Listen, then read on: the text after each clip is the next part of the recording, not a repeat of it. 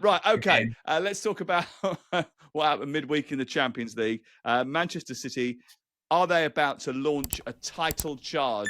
They showed some real quality in Madrid, Scott Minto.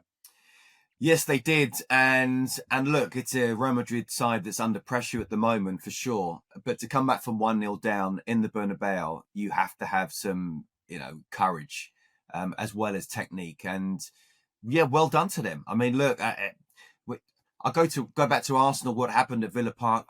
Well, they lost at Villa Park as well, Manchester City. So I don't see a big thing in that for Arsenal. What I do see is they're coming up behind you, Arsenal. Be very, very careful because honestly, I didn't go for City at the start of the season because I still feel there's a vulnerability there.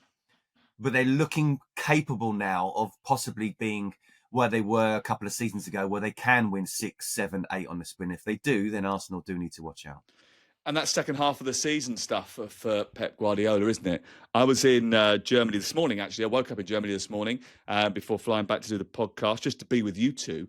And I watched the Leverkusen and Newcastle United. It's really interesting, isn't it? Because I think the narrative this morning is quite sort of like downbeat about the fact that they threw away 3 points again. They should have had 3. They only got 1. But actually, I think if you look at it in the cold light of day, it's a good away point, actually, for Newcastle. They would have taken that before the game. They fought back from 1-0 down after what was a poor start to the game. They started all right, actually, first 5 minutes, but then the game sort of got away from them. They weren't great, didn't create enough.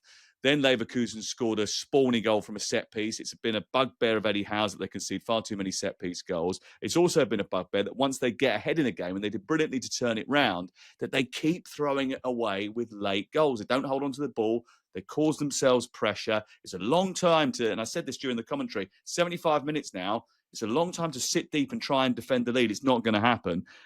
They didn't. They ended up drawing 2-2, and they had chances to win the game prior to the equaliser from Grimaldo. I thought overall Newcastle looked like a very good team, but they've got to make sure that in those pressurised moments, they start to retain the ball a little bit better. They remind me a little bit like England a couple of years ago when they get themselves into a good position, but just can't hold on to it because they're constantly giving the ball away, almost a little bit too rushed when they've gone ahead. But I think overall, they're in a good position in the Champions League. Arsenal, they won 3-0 out in Brugge. And Crook, you were doing this one? Yeah, Noni Madueke, the star of the show, brilliant first goal. One of the best goals I've seen all season to get them off and running. Easy header for his second. Martinelli pops up with a beauty soon after to become the first Arsenal player ever to score in 5 successive Champions League games. 3-0 probably flattered them because Club Brugge had chances. David Raya made a particularly good save at 1-0, as he's done on a few occasions this season. I think he's been absolutely terrific. I was really impressed with Hincapié, pretty much the only senior centre-back that Arsenal had available, and he produced a real leader's performance at the back. And I think for Arsenal, with 8 players out injured, 5 changes that Mikel Arteta made, Saka left on the bench for most of the game, same for Eberechi Eze, Mikel Arteta will be absolutely delighted. And again, it just shows their strength in depth. And they've qualified now, barring a freak goal difference swing. They're going to be in the top 8. Job done with 2 matches to spare. With Arsenal, Wolverhampton Wanderers, which is live on talkSPORT. It's an 8 o'clock kickoff on Saturday night. Yes, we've got a Saturday night instalment. In fact, the next 2 weeks, we've got Saturday night Arsenal. Saturday night live with Arsenal. Arsenal against Wolves this week. Everton against Arsenal next week. I'll be at both of those. The league leaders handed the biggest gift to get back on a winning run at home to one of the worst sides in the Premier League's most recent history, I think. This is a real opportunity, isn't it, to get back on track for Arsenal, because Wolves, let's be completely honest, defensively against Manchester United on Monday night were absolute guff, Crook. Yeah, I mean, listen, you're saying we need to move on because we spent a lot of time on certain topics. I don't think we need to dwell on this game for too long, to be honest, because Arsenal will win. It's a question of how many they fancy winning by. I hope you got your abacus at the ready, because Wolverhampton Wanderers managed to achieve a feat in the second half on Monday night that few teams have in the last few years, and made Manchester United look like world beaters. I think they're going to be the worst team in Premier League history. I don't know where the next point is coming from, let alone their next victory. I don't think Rob Edwards will be lavish with any money to spend in January because they're going to be down already by then. this is a great game for Arsenal. He could leave Saka, Eze, whoever he wants on the bench again, and they're going to win by 3 or 4. It's a good opportunity to rest, and they haven't got another game until the next Saturday as well. So it's a chance just to replenish that squad a little bit and just make sure that everybody gets a bit of an R&R over the next week or so. I know why he doesn't want to talk about this game too much is because both of you can't remember what happened at the end of it on Monday night because of the state that you were both in. So I can understand why you want to move on quickly. I get it. A few Arsenal fans, though, asking a little bit of Bukayo Saka, asking a little bit more from him. Clearly, he's an unbelievable player and a brilliant talent, but he hasn't had his best start to the season. The assist that he got against Chelsea was his first in a year, and he has been injury interrupted, but he hasn't been as productive as maybe he was 12 months ago, Scott. No, and by the way, we resent that remark, what you said. I did have to check the scorers the next morning. Yeah, and then when I asked you about it on the podcast, you only named 3 of them and somebody else. Left out Mason Mount.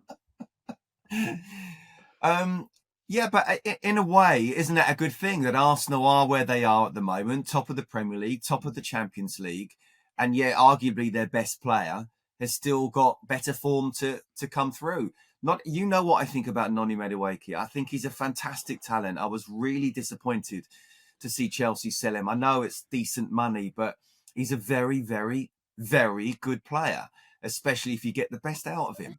And he, the biggest compliment I can give him is now Arsenal don't miss Saka if he's fit. If he's playing well, of course you'd still have Saka as in your first 11. But at this moment, in this current form, what Crookie was saying about what he did midweek, I'd stick Madueke. By the way, for this game, I don't know. I think Max Dowman's injured, isn't he? I don't know what the other he's out for 2 months. What the other youth team players are like at Arsenal, but they might as well play their under-18 side of this. We've been very disparaging here, aren't we, of a Premier League club?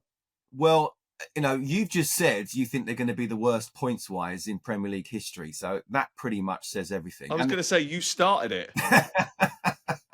Of course, this is. And let's be honest, we're not being disrespectful. They have been pretty poor. Okay, maybe Scott was being a little bit tongue-in-cheek with the under-18s, but it's actually quite frightening how bad they've been. And do you know what? I'm totally behind those Wolverhampton Wanderers supporters who didn't come in until 15 minutes on Monday night, because we've been saying this for ages.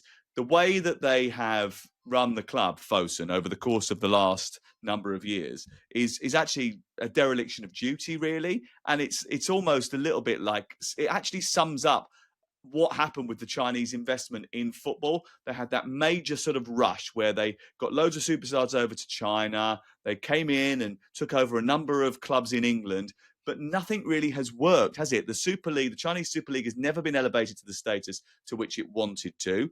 And the investment in football entities in this country has basically ended in tears in pretty much every single case. And I think this Fosun one will too. The quicker that they can shift it on, the better. Yeah. Wolves need fresh blood in there, managing the club top to bottom. And Rob Edwards needs to be given a chance to be able to bring this team back because they're already relegated. I mean, you look at them, you just think, that I don't actually even know what they're trying to do now, because I just think the quality is so poor that there's such a lack of Premier League experience in there. There's just a lot of young players with some potential.